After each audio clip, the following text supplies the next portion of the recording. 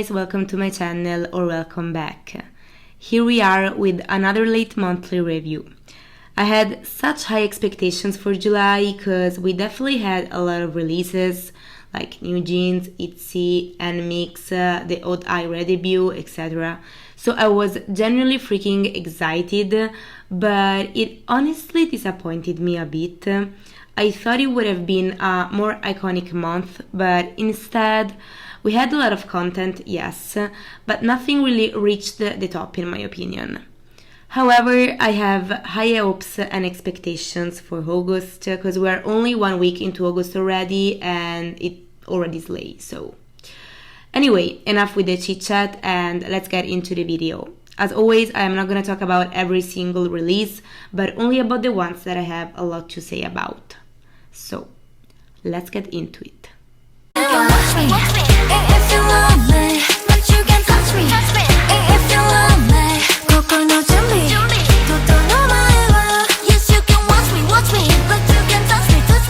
So, Do Not Touch, it's not my cup of tea in terms of sound, but that's something I was quite expecting. I rarely add Twice songs into my playlist because I just like a different type of music, I think. But regardless of that, it's such an elegant and polished song that I am so sorry it's not promoted on Korean music shows because I would eat that shit up, I swear. I absolutely adore that the concept is consent. It's something we rarely see in K-pop and music in general, I think. Also the fact that it talks about consent but in such a sexy way, it's amazing and they suit this whole vibe perfectly. Also, I love the fact that they compare themselves to a piece of art that you can watch but not touch, and so the parallel with paintings is shown all the time throughout the music video. We see many paintings and scenes that recreate famous ones, which was amazing, and it made the whole music video a literal piece of art. However, one cannot help but think at Film and Rhythm by Red Velvet, since they had the exact same art concept just last year, and unfortunately I can't tell how much is inspiration and how much is copying, if you get what I mean. Like, the comparing is just inevitable, but I mean, given how crazy good is this music video, I'm not complaining. The styling too was amazing. You could clearly see that the budget and creative direction was there, which is something that not always is evident when it comes to JYP in my opinion. So even if I don't stand Twice, my bias is Sana, and Mina is generally my least favorite member because no hating or anything, but I just feel she doesn't have a good stage presence and she lacks variety of facial expressions, which makes watching her perform sometimes a bit boring. But in this case, oh my god, she stood out so much. She was the one fitting this concept and overall vibe best, in my opinion. I don't know, she just ate like it was her last meal. I don't know what to tell you. Whatever the problem, we're not a song. Workflow, how's the game? Never big fights with the girl gang. All of my ladies are fire, rolling with creases, a female empire. Girl Gang was actually released the 30th of June, but since I didn't have the chance to properly review it, and since they promoted it at the end of July, I thought I would have talked about it here.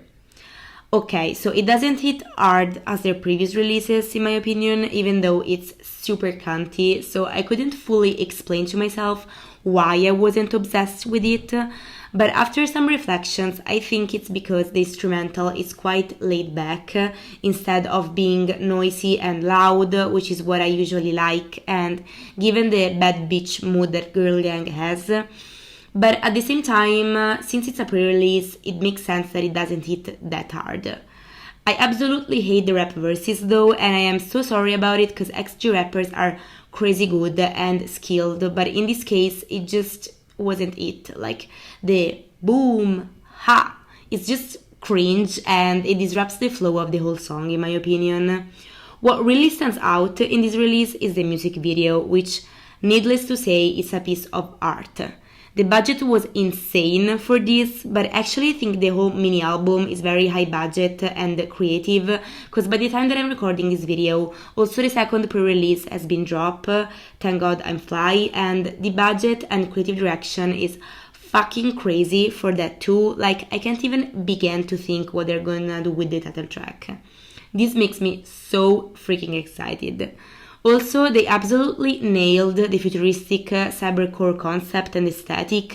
They were in their Aspire era for this, and as a stan of both group, I was genuinely so freaking excited.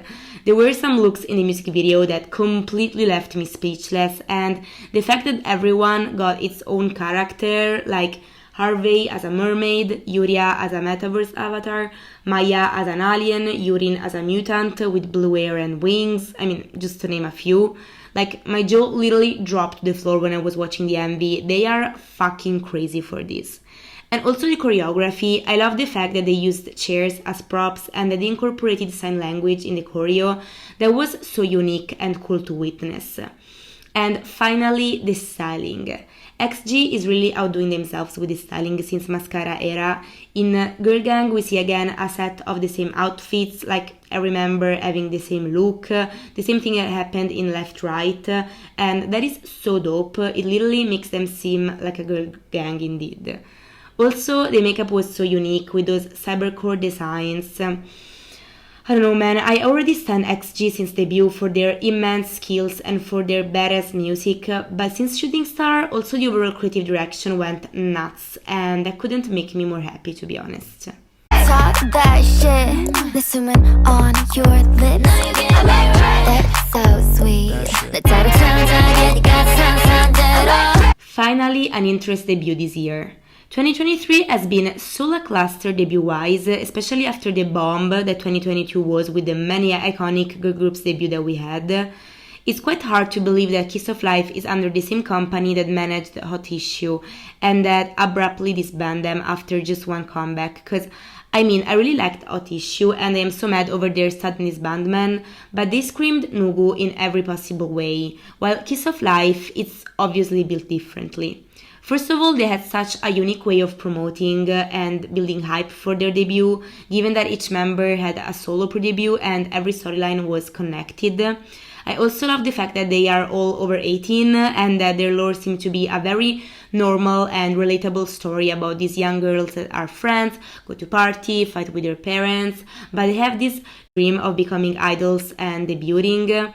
It was a real breath of fresh air seeing their MVs, and I hope that they will continue this story with their next releases. And also the members are all so good. Nati was on 16 and she was about to debut in Twice. She didn't make it due to her young age, but her skills were already impressive at the time.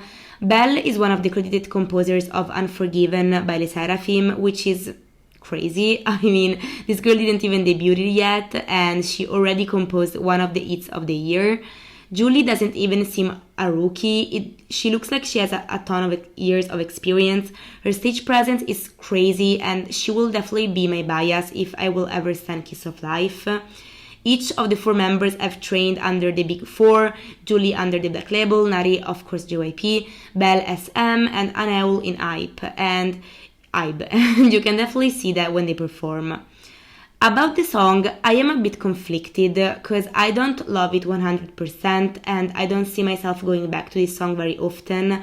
That's why I didn't add it to my playlist. But at the same time, I find it really unique and well produced. It's quite cunty without being loud and over the top, but with a laid back approach, and that's what makes it alluring to me. Also, the talk of the chorus is quite addictive and unique. I'll give them that. Plus, the members are so charismatic and with a great stage presence, so following promotions was really enjoyable also for this reason. The name of the group sucked though.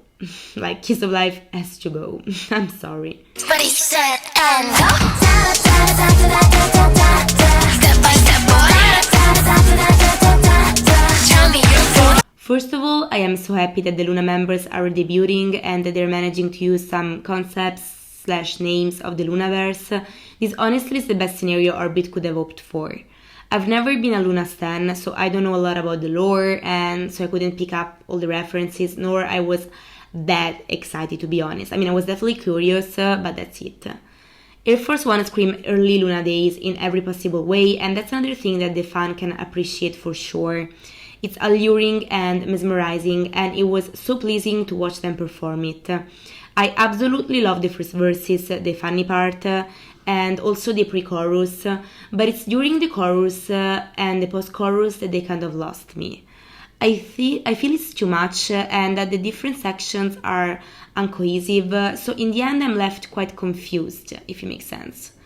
But again, this song is good and they're pretty and talented, so it's a release I overall appreciate for sure. It's just that it didn't make it into my playlist, that's all. New jeans, do you see? New hair, new tee. New jeans, do you see? New hair, new tee. New jeans, do you see? New hair, new tee. New jeans, do you see? I did a review video about each song of the mini album, go check it out if you haven't, so I'm gonna be short. I love the fact that we got so much content and so many MVs for this mini album. The creative direction, as always with New Jeans, is top tier, and every MV and concept was crafted with so much care, and that's what I loved about this era. However, the overall album was a bit of a disappointment for me, mainly for two reasons. First, the songs were too short and some of them too repetitive. And second, none of these tracks are nearly as iconic as their previous ones. Like, not even one of these 6 songs can be a SOTY candidate in my opinion.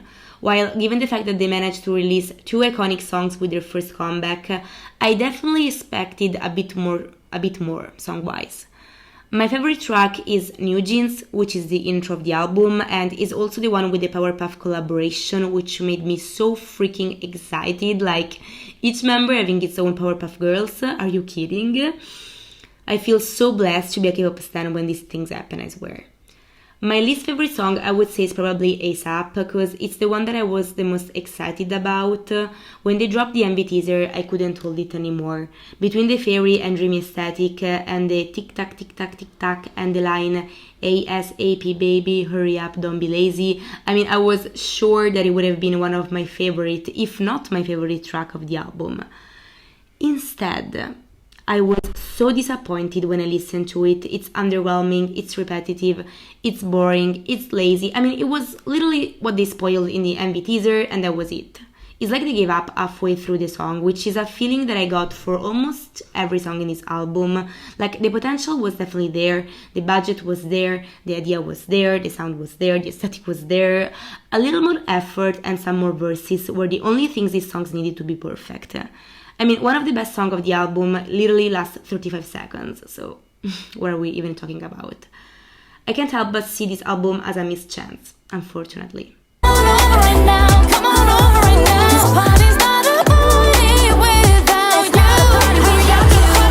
Again, I did a whole review video about NMIXX's new mini album, so check it out. I'm just gonna sum up my thoughts here. I am disappointed, to say the least. I don't recognize them anymore, and I can't find nothing of the things that made me stan them in the first place. It's obvious that JYP decided to go for the New Jeans type of aesthetic and sound, very chill, laid back, girl next door type of vibe, and it's the thing that goes the furthest from the original concept, which is crazy to me. And the fact that there are so many people that defend them and keep saying that this is mix pop too, but it's just more chill, and that they are rookies so that they can change. I mean, they're so freaking delusional. Like, I originally stan NMIXX for their experimental and weird sound, for their trippy and over-the-top aesthetic, for their interesting, adventurous lore, and now look at the facts. There's nothing, absolutely nothing about these things in Party O'Clock. The MV2 was such a disappointment, especially given the Shakespeare concept. Like, I was over the moon for the concept when I read that the whole mini album was called A Midsummer NMIXX Dream. Like, the aesthetic should have been on top, since A Midsummer Night Dream takes place in a forest with fairies and a magic potion that make people fall in love, and instead we've got the exact opposite.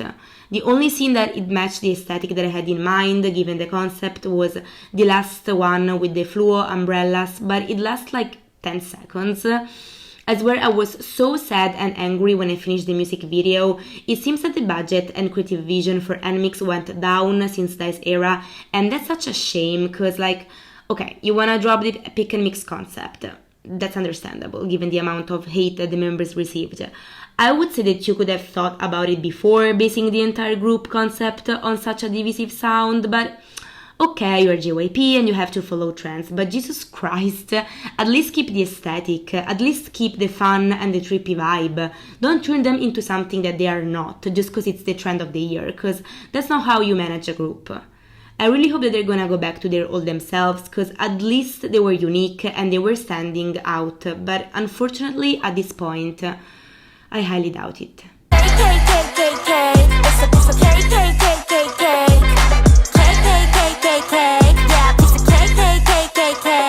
As for NMIXX and NewJeans, I did a whole review video about its new album, so I suggest you check it out for a more deep review. To sum up, Cake reminds me a lot of Icy, and it definitely has that old fun and quirky ITZY flavor, and I think it's the vibe that suits them the most, so it makes sense that they went for this type of sound for the title track, contrary to what many people says. What makes me enjoy this song is definitely the cake part, which is so addictive. Instead, I don't like at all the melodic first part of the chorus, and it doesn't fit the rest of the song, but that's what makes this song a mixed pop reject in my opinion. Like, it's so weird to me that it's more mixed pop this song than Party O'Clock. Like, JYP, what the fuck are you doing with these groups? I don't know. It was a bit weird that there wasn't any rap. I think it would have fit perfectly into the song. I also wished for a better MV because it was confusing as hell. Like, a lot of scenes didn't match the others and the overall concept, which it's a shame because some scenes were really funny and quirky, but others were just pointless. But I mean, it's not like it has the base creative direction, so I shouldn't even be surprised. Anyway, we also got 2 pre-releases for this era, Bet On Me and None of My Business. I definitely think that None of My Business shouldn't been a pre-release. It's boring and generic, so it wasn't perfect as a pre-release, but more like a simple B-side, and Killshot should have been the pre-release, because I think it would have hyped much more for the whole album, which is exactly what a pre-release should do. Let's all dance, 느끼는 대로 맘 가는 대로 hold me close, fly away. I really like Purple Kiss as a group, and Swan has the most amazing and mind-blowing vocals of the whole industry. However, since they announced this solo debut, I immediately raised an eyebrow, because in my opinion she shouldn't have debuted solo this soon, even if her vocals are amazing, but Purple Kiss are still rookies. I mean, they're not technically rookies, but they're still a very young group and extremely underrated. So instead of making the members debut solo, they should focus on their group songs and try to increase their popularity. The only chance that they had to gain popularity for the group from Swan's solo debut was if it would have been a smashing hit, which it definitely isn't.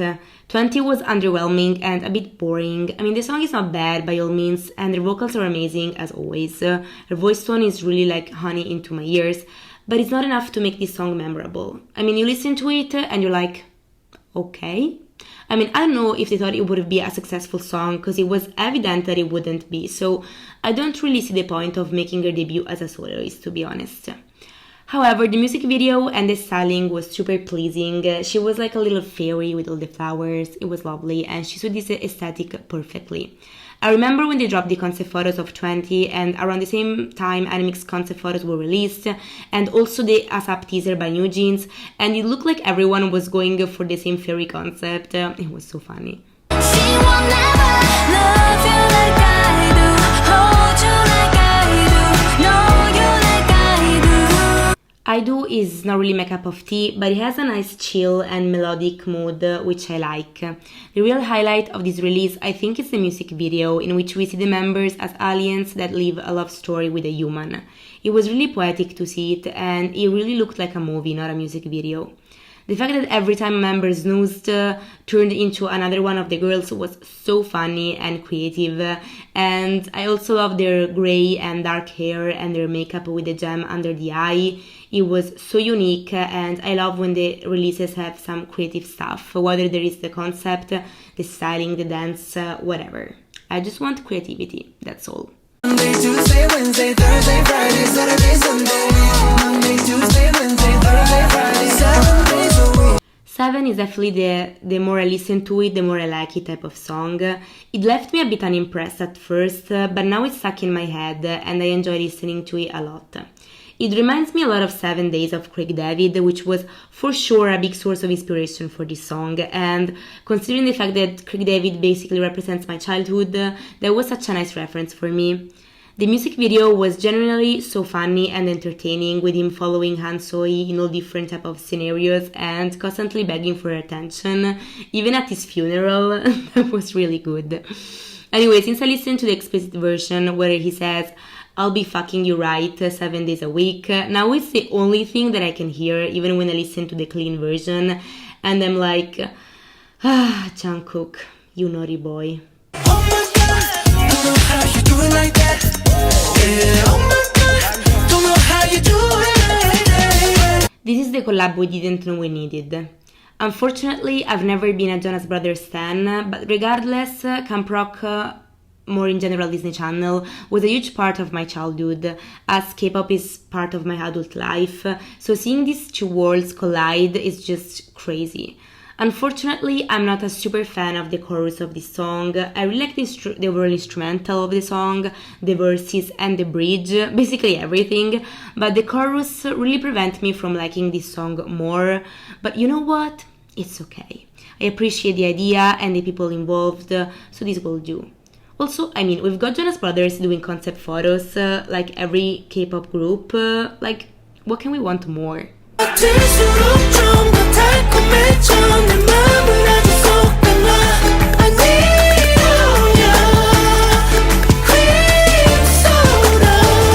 I am a relatively new K-pop fan, so I wasn't around when EXO made the regular comebacks, but if I were, I would have probably been obsessed with them, since I am heavily into lore and the stuff that SM put out in general. Cream Soda has nothing of what make SM's group stand out, but this is such a catchy, sexy song that we forgive them. I am so sorry that they robbed Kai of this comeback given the military enlistment, because I think it would have fit it perfectly and it would definitely eat it up.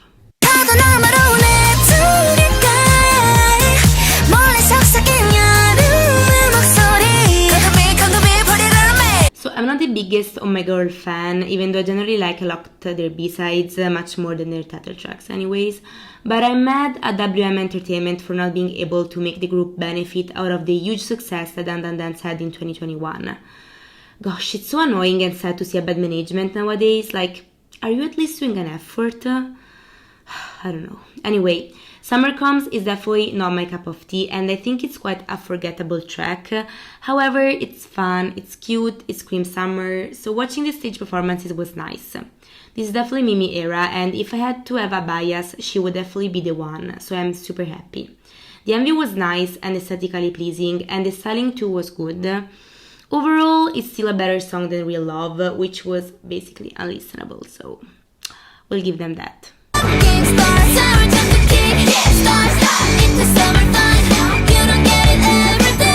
At this point I was expecting to never be interested into an iChillin comeback, because they are coming back every 2 or 3 months or so, which I definitely think is not a good strategy, especially considering that they were all underwhelming and unimpressive releases. I am sorry, but it is what it is.